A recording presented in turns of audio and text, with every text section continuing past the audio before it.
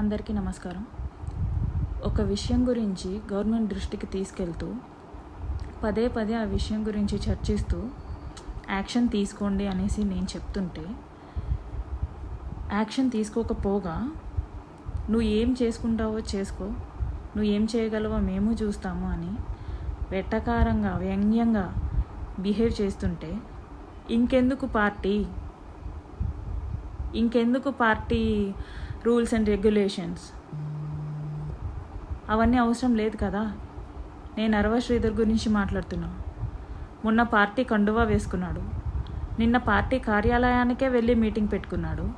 కానీ రిపోర్టర్స్ని ఎవరిని ఫొటోస్ తీయొద్దు, ఇది అంతర్గత మీటింగ్ అనేసి అన్నాడంట. ఎలా అంతర్గత మీటింగ్ అవుతుంది?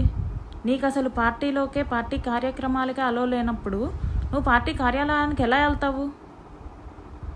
నువ్వు నా మీద నెగ్గాలని చూడు, కానీ ఎప్పుడు ఒక క్లీన్ చిట్ తీసుకో, నన్ను రాంగ్ అని ప్రూవ్ చేయి. ఇప్పుడు అందరూ అడగచ్చు, పార్టీకి సంబంధం లేదనేసి అంటున్నావు, మళ్ళీ పార్టీని ఎందుకు ఇన్వాల్వ్ చేస్తున్నావు అనేసి. పార్టీకి సంబంధం లేనప్పుడు ఒక అమ్మాయి విషయంలో అన్యాయం చేసిన ఒక నార్మల్ వ్యక్తిగా శ్రీధర్ని అరెస్ట్ చేయగలరా? కనీసం రిమాండ్లోకి ఉంచగలరా? ఆ ధైర్యం ఉందా?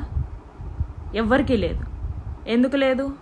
అతను ఎమ్మెల్యే పవర్ వాడుతున్నాడు కాబట్టి, అతను ఎమ్మెల్యే పవర్ వాడే బయట తిరగగలుగుతున్నాడు కాబట్టి. అందుకే నేను పార్టీని ఇన్వాల్వ్ చేస్తున్నాను. ఎందుకు వచ్చింది ఎమ్మెల్యే పదవి? పార్టీ ఉంది కాబట్టి వచ్చింది.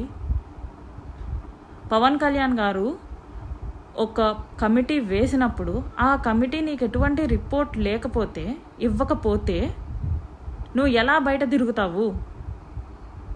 కమిటీ ఒక రిపోర్ట్ ఇవ్వాలి కదా. నువ్వు మంచోడు అనేసే ఈ రిపోర్ట్ ఇవ్వమని చెప్పు, ప్రూఫ్స్తో నువ్వు మంచోడు అనేసే రిపోర్ట్ ఇవ్వమని చెప్పు, వీణా రాంగ్ అని చెప్పేసి ప్రూఫ్స్తో రిపోర్ట్ ఇవ్వమని చెప్పు. అప్పుడు నువ్వు తిరుగు పార్టీ కార్యక్రమాలకి. ఇదంతా వదిలేసి ఫొటోస్ అప్లోడ్ చేయొద్దంట, కానీ నువ్వు మాత్రం పార్టీ కార్యాలయానికి వెళ్ళిపోతావంట. ఇది అంతా పవన్ కళ్యాణ్ గారికి తెలిసి జరుగుతుందా, తెలియకుండా జరుగుతుందా? పవన్ కళ్యాణ్ గారు ఒక నివేదిక అయితే ప్రకటించారు కదా. Then prove me wrong. Veena wrong, Veena చెడ్డది, వీణా ట్రాప్ చేసింది, ఇది అనేసి రిపోర్ట్ ఏదో ఒకటి ఇవ్వాలి కదా. 2 months మీకేమన్నా ఆటలుగా ఉందా? ఒక అమ్మాయి జీవితం అంటే. ఒక అమ్మాయి బయటకు వచ్చి నేను మైలు పడిపోయాను, నా కుటుంబం నాశనం అయిపోయింది ఒక ఎమ్మెల్యే వల్ల, న్యాయం చేయండి అని చెప్పేసి బహిరంగంగా మాట్లాడుతుంటే కనీసం విచారణ లేదు, నా నుంచి విచారణ లేదు. అక్కడ శ్రీధర్ని విచారణ చేశారంట. విచారణ చేసి ఏం లాభం? విజయవాడ నుంచి వచ్చి ఏం లాభం?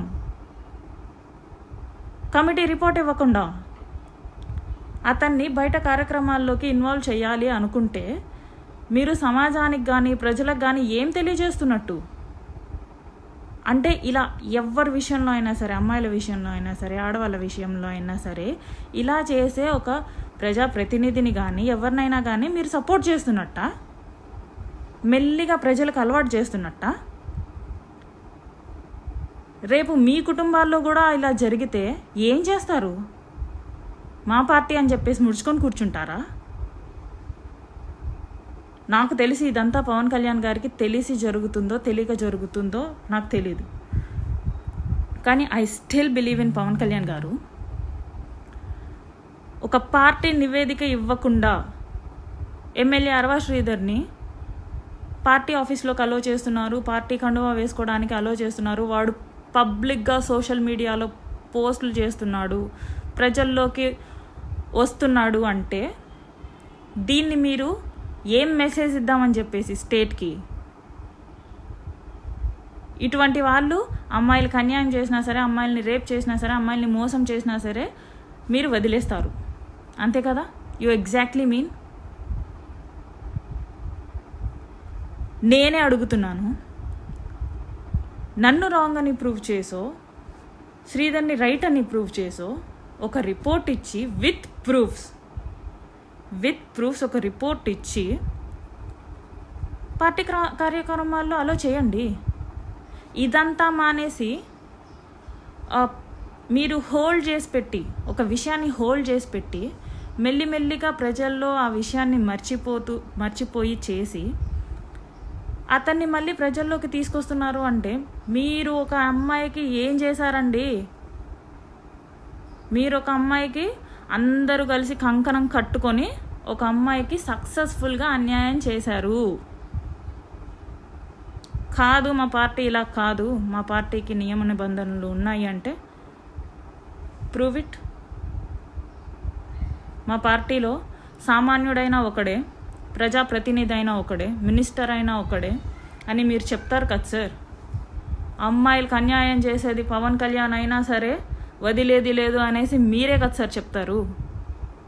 నేను ఇప్పుడు అన్యాయం జరిగింది అని చెప్పేసి నేను బయటకు వస్తున్నాను సార్. నా కుటుంబం నాశనం అయిపోయింది, నేను మైలు పడిపోయానని చెప్పేసి గత 3 నెలలుగా నేను చెప్తూనే ఉన్నాను సార్. మీరు తండ్రి స్థానంలోనో ఒక పెద్ద మనిషి స్థానంలోనో ఒక సహృదయంతో మీరు ఒక కమిటీ వేశారు. వెంటనే రియాక్ట్ అయ్యి కమిటీ కూడా వచ్చింది. ఇది పార్టీకి అతీతం అని చెప్పినా కూడా మీరు కమిటీ వేశారు అంటే ఐఎమ్ సో గ్లాడ్ మీరు నాకున్నారు అనేసి. కానీ ఇప్పుడు ఏం జరుగుతుంది? కమిటీ నుంచి ఎటువంటి రెస్పాన్స్ లేదు, ఎటువంటి రిపోర్ట్ లేదు. అక్కడే నేను సగం గెలిచేశాను సార్. మీరు నివేదిక ఇవ్వట్లేదు అంటేనే మీ సైడ్ తప్పు ఉంది కాబట్టే కదా నివేదిక ఇవ్వట్లేదు. అండ్ పార్టీ కార్యక్రమాల్లోకి మెల్లిమెల్లిగా అలవాటు చేద్దాం అనుకుంటున్నారు. ఇది మీరు నాకు సక్సెస్ఫుల్గా మోసం చేసినట్టే కదా సార్. ఇలాంటి ఒక బిహేవియర్తో, ఇలాంటి ఒక పనులతో ఎలా సార్ ఎంకరేజ్ చేస్తారు ఎమ్మెల్యేస్ని? నువ్వు ఎలా అయినా ఉండరా, నేను చూసుకుంటాను అని అన్నట్టే కదా సార్. దీన్ని నేను చాలా ఖండిస్తున్నాను. ఇది ఇలాగే ఉంటుంది అంటే మీరేదో చేస్తారు అనేసి నేను బయటకు వచ్చినందుకు ఇది ఇలాగే ఉంటుంది, మేము మా వాళ్ళకే సపోర్ట్ చేసుకుంటాం అంటే నేను కూడా మీ డిపార్ట్మెంటే, నాకు మీ సపోర్ట్ కోరుకుంటున్నాను. మీరు న్యాయాన్యాయాలు పరిశీలించి ఎవరు మోసం చేశారో, ఎవరు తప్పు చేశారో మీరు పరిశీలించి అప్పుడు శిక్ష వేయండి.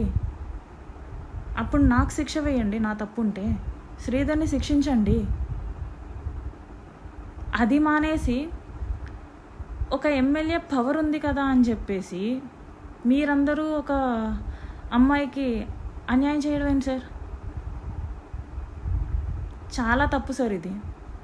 ఇది ఇలాగే ఉంటుంది అంటే నాకు ఆత్మహత్య తప్ప వేరే దారి లేదు. అది కూడా నేను మీ పార్టీ ముందే, జనసేన పార్టీ విజయవాడలో వచ్చి మీ పార్టీ కార్యాలయం ముందే నేను పెట్రోల్ పోసుకొని తగలబెట్టేసుకుంటాను. ఇంత బహిరంగంగా ఏ ఆడదైనా సరే బయటకు వచ్చి నాకు నష్టం జరిగింది అనేసి చెప్పేది ఎందుకో తెలుసా? పాపులర్ అవుదామని కాదు, ఇలాంటి విషయాల్లో కాదు పాపులర్ అయ్యేది. ఏదైనా సాధిస్తే పాపులర్ అయితే దానికి ఫేమ్ ఉంటుంది. మీరేదో చేస్తారని చెప్పేసి సార్ నేను బయటకు వచ్చాను. పాపులర్ అవుదామని కాదు, శ్రీధర్ని పాపులర్ చేద్దామని కాదు, శ్రీధర్ని నష్టపరుద్దామని కూడా కాదు. ఇలా ఉంది, ఇలా జరుగుతుంది. నా ప్రయత్నాలన్నీ తర్వాత నేను ఇలా బయటికి రావడం జరిగింది. అది కూడా ఎవరి వల్ల? మీ మీద నమ్మకం వల్ల. మీరు నాకు న్యాయం చేస్తారని చెప్పేసి చిన్నప్పటి నుంచి చూస్తున్నాం మిమ్మల్ని. మీలో ఎంత కోపం ఉంటుందో, మీలో ఎంత కసి ఉంటుందో మీ ఫ్యాన్స్గా మాకు అంతే ఉంటుంది. అమ్మ నాన్న తమ్ముడు లాగా Pawan Kalyan also one of the family. మేము అలా అనుకునే వాళ్ళం సార్.